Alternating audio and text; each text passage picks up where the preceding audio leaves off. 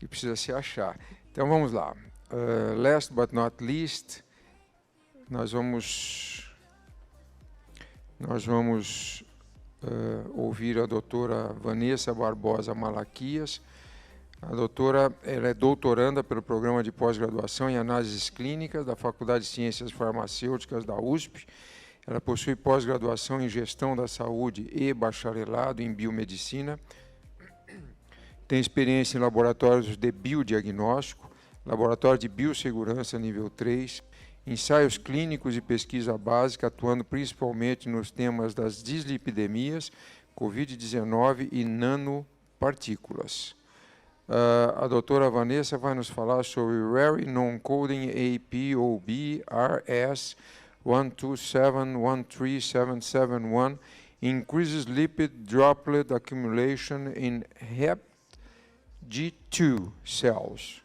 Acho que não precisa traduzir isso daqui, todos entenderam. É simplesmente a presença de uma determinada variável que ela está analisando, ela aumenta o acúmulo de lípides nas células hepáticas. É isso? Exatamente. Então, tá bom. Então, por favor, 10 minutos. Bom dia a todos, primeiramente. Hoje eu vou estar apresentando uma continuidade do meu projeto, que eu tive o privilégio de apresentar no ano passado. São sobre variantes genéticas no gene da ApoB, que é uma das proteínas determinantes da hipercolesterolemia familiar, e esse é um estudo funcional para categorizar essas variantes. Bom, aqui são meus conflitos. Como que pequenas variações genéticas em regiões não codificantes de um gene, elas podem impactar a saúde cardiovascular e o manejo do colesterol?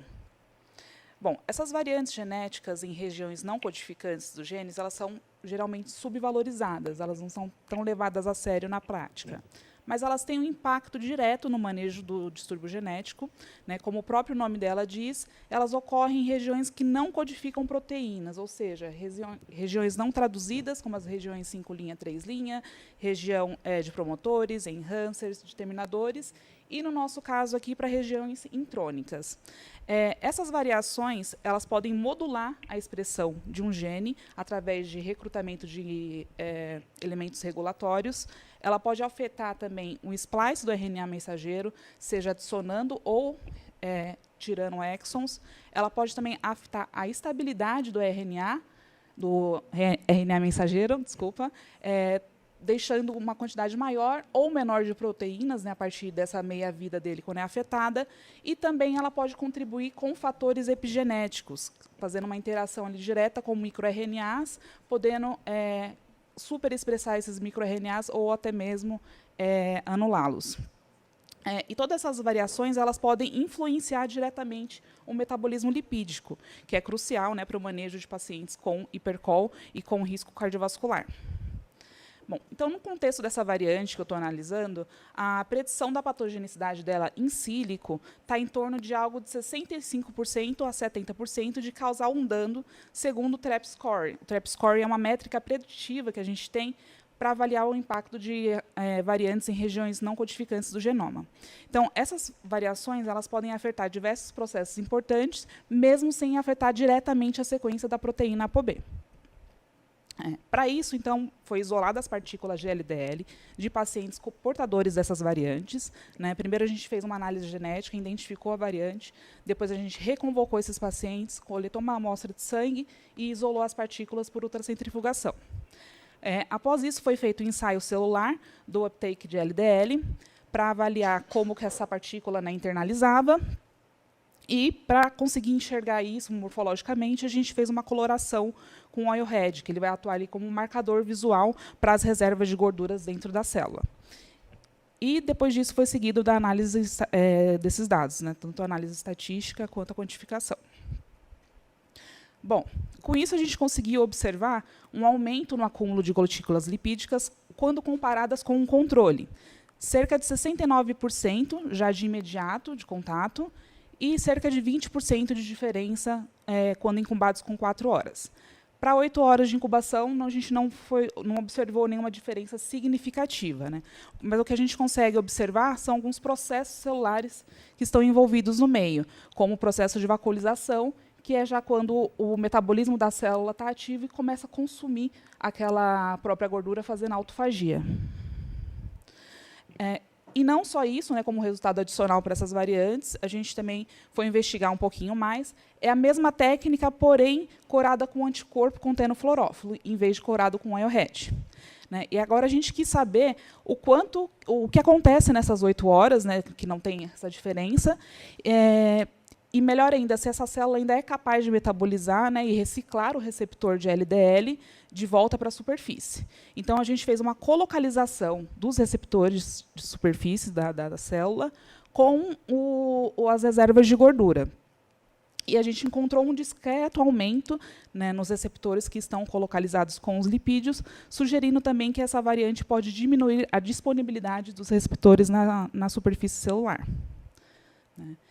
E também, não parando por aí, a gente fez um outro experimento, que é padrão ouro, para o estudo funcional de hipercolesterolemia, que é uma citometria de fluxo também da quantidade de LDL que é internalizada ou que fica na superfície celular. Né. Para essa variante, eles não tiveram uma deficiência funcional no bind. O bind é só a ligação com o receptor. A gente fez o experimento a 4 graus, que é justamente para analisar o quanto de receptor, quanto de partícula de LDL fica ali na membrana da superfície da célula, né? E outro experimento a 37 graus para avaliar o quanto que foi internalizado. E aí, a gente olhando aqui o gráfico, a gente consegue ver uma diferença, né, na internalização, tanto no total da variante, né, analisando dos 2 pacientes ou analisando individualmente. Né. Esses pacientes também têm um perfil genético e um perfil lipídico muito parecido. É uma mulher de 30 anos e um homem de 65 anos, porém o fenótipo deles é um pouco diferente. No caso dele, ele já tem um arco córneo, mas também por conta da idade, né, que é desenvolvido posteriormente, e já teve um infarto agudo do miocárdio. E um marcador aqui bem interessante que a gente encontrou foi da LPA, reforçando aí vários estudos que indicam esse risco encontrado com os valores de LPA. Então, será que a gente está subestimando o impacto dessas variantes não codificantes no manejo da hipercol? Bom, essa variante ela pode estar associada, então, com um pior prognóstico em pacientes lipidêmicos e provavelmente aumentar o risco dos eventos cardiovasculares. Então, são necessárias novas abordagens que incluam também as variantes não codificantes para promover um tratamento mais personalizado para pacientes com distúrbios lipídicos que o convencional não responde. Só uma coisa que eu esqueci de falar, dos 2 pacientes, eles não têm mais nenhuma outra variante nos 4 principais genes da HF, mesmo apresentando um perfil de hipercolesterolemia familiar, com os familiares também, né, tem um questionário marcando que os familiares também tiveram algum evento. Essa foi a única variante encontrada para eles. Tá? Então, a conclusão que a gente pode chegar é que essa variante ela aumenta o acúmulo precoce de gotículas lipídicas nas células REPG2, e tem uma maior afinidade com o receptor de LDL, o que pode ser responsível pela baixa resposta de internalização observada na citometria, sugerindo aí um efeito deletério na homeostase do colesterol e possivelmente contribuindo para a dislipidemia em seus portadores. O próximo passo é a submissão desses resultados para o ClinGen, para o ClinVar, né, para poder categorizar corretamente essa variante na literatura. Na literatura, ela ainda não é categorizada. No nosso estudo inicial, ela era como significado incerto, e, a partir do resultado funcional, ela foi reclassificada como provavelmente patogênica. E aí, esses dados a gente envia para o ClinVar. Bom, aqui só uma mensagenzinha, né, que eu queria deixar, dizer que nós ainda somos os mesmos, mas não expressamos mais como os nossos pais, né?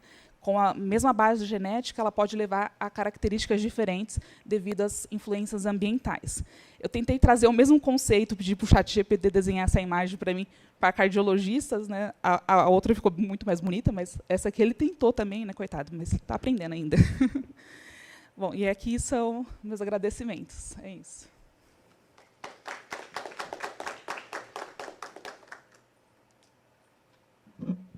Muito bom.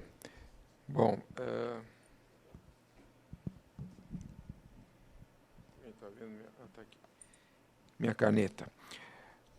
Se você me permitir, eu gostaria de fazer uma pergunta. Me diga uma coisa.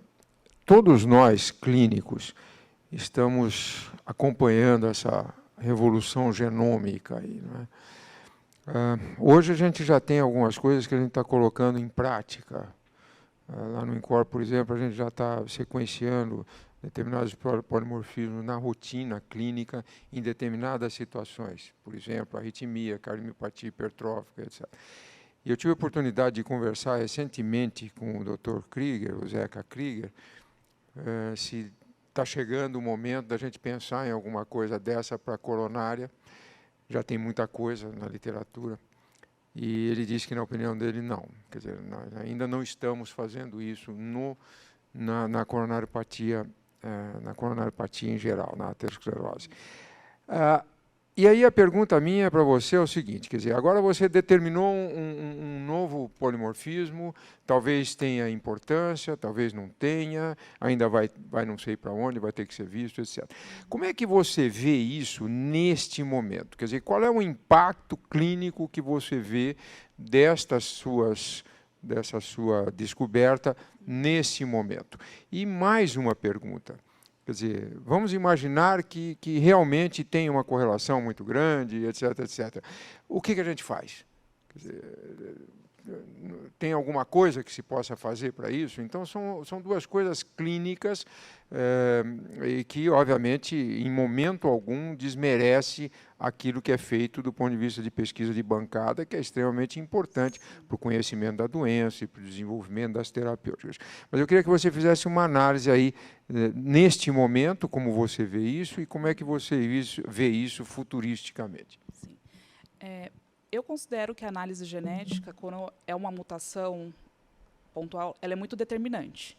Quando ela vai causar mesmo algum dano, ela não deixa dúvidas, né? A gente já vai conhecer, a maioria da população, para aquele risco, vai ter aquela variação, só que não é muito bem isso que acontece na prática, né? A gente tem uma população muito miscigenada. No Brasil, a gente não conhece ainda muito bem qual que é o nosso perfil genético, né? A maioria dos dados que a gente tem são de bancos europeus. Então, a cada variação que a gente vai colocando, vai anotando, é um pontinho que a gente vai somando para ver que caminho que a gente pode chegar, né? É claro que essa variante, ela não pode ser determinante, mas ela pode ser um indicativo de estilo de vida que essa pessoa pode levar, né? Como a gente viu, ela tem uma alteração muito forte na epigenética, né, do indivíduo. Então, se um indivíduo que está ali se alimentando legal, está fazendo exercício físico, está mantendo, né, tudo dentro do padrão, as chances de ele desenvolver algo é muito menor quando comparada com um indivíduo que também vai ter a mesma variação genética, porém não toma nenhum cuidado. Então, ele pode desenvolver precocemente, né? E eu acho que isso que é bacana, que você consegue identificar quais são esses indivíduos que vão ter um risco de desenvolver algo ou não e trabalhar a partir disso para não desenvolver.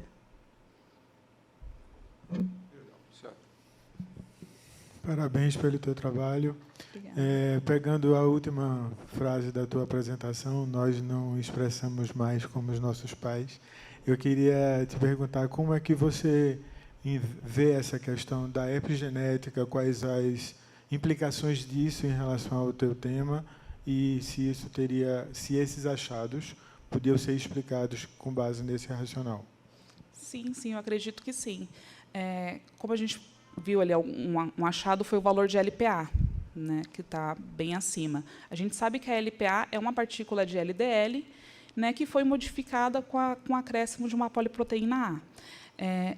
Isso geralmente está relacionado também ao estilo de vida, ao dano vascular, a outros fatores que o metabolismo não dá conta mais de fazer essa manutenção regular, ele consegue fazer esse distúrbio. Então, quando a gente tem noção, né, de qual que é a nossa base, a gente começa a trabalhar um pouco melhor, né, nesses mecanismos da epigenética, que é totalmente influenciado pelo ambiente, pela interação, né, pela alimentação, estilo de vida, fator social, enfim. Mas eu acredito bastante que esse é um novo caminho que a gente tem que traçar também. Parabéns. Obrigada. Eu gosto sempre de entender, porque pesquisa ela é um processo, e dentro do laboratório tem toda uma história, e tem pessoas envolvidas. Sim. E você é a pessoa que vem trazer uma mensagem. Então, eu lendo o seu currículo aqui, você faz parte do laboratório, é a sua tese que está rodando. Isso, essa é a minha tese. Onde que você está nesse processo? Isso aqui é uma inovação que você está apresentando, e isso vai adiante. E onde que você está nesse processo? Qual que é o seu papel? O que você fez? O que você não fez? Onde que é a sua área de maior impacto? E por que você trouxe isso, né? Porque deve ter outras coisas lá. Sim, sim. Todas as partes, eu fiz todas as partes, né? Tive ajuda de alguns amigos, de algumas pessoas, tive ajuda dos centros para conseguir reconvocar os pacientes, que não é fácil reconvocar, porque, como eu disse, primeiro eu preciso identificar o perfil genético desse paciente, para depois fazer uma nova reconvocação, né, a disponibilidade dele. Então, estive acompanhando tanto a inclusão dos pacientes no começo, que eu fazia minha iniciação científica, depois entrei no doutorado, né? Estou para defender já no próximo mês, vou enviar submeter a tese. Acompanhei também, então, na recoleta, fiz a ultracentrifugação, lá 3 dias ultracentrifugando, primeiro tirando a VLDL, depois tirando a LDL. Aproveitei o momento para guardar a HDL também, né? Vai que a gente precisa, né? Depois fiz todos os experimentos também, tanto celulares, marcação. Às vezes saía da faculdade 1h da manhã, meia-noite, né? Contei com a ajuda de um amigo meu, que é inclusive que está com coautoria, que é o Kennedy, que está no Instituto Pasteur de Paris. Ele é enfermeiro, mas ele entende muito de histologia, ele trabalhou muito com histologia. Então, toda essa parte da imunomarcação, essa de corar com oil head, tipo, foi uma ideia dele, porque a gente queria, primeiramente, antes de fazer o estudo na parte de imunofluorescência, porque é caro, ter uma ideia de como a célula vai se comportar, qual que é a morfologia dela, se ia ter alguma coisa interessante ou não. Então, ele me sugeriu de fazer o oil head, né? Ele me ajudou a preparar tudo certinho para conseguir fazer. Obrigado. Bom, excelente. Eu queria, e eu tenho certeza que falo em nome de todos os participantes desse julgamento, de parabenizar a todos vocês pela excelência dos trabalhos. Vocês fazem jus à cardiologia brasileira, todos vocês. São trabalhos de primeiríssima qualidade, que poderiam ser apresentados e estarem participando de julgamentos como esse em qualquer dos grandes congressos do mundo. Desde já, parabenizo a todos vocês, mas, infelizmente, só um vai ser o vencedor, e eu pediria, então, que vocês saíssem da sala para que a gente possa tomar as nossas decisões. Mas, desde já, estão todos de parabéns. Muito obrigado.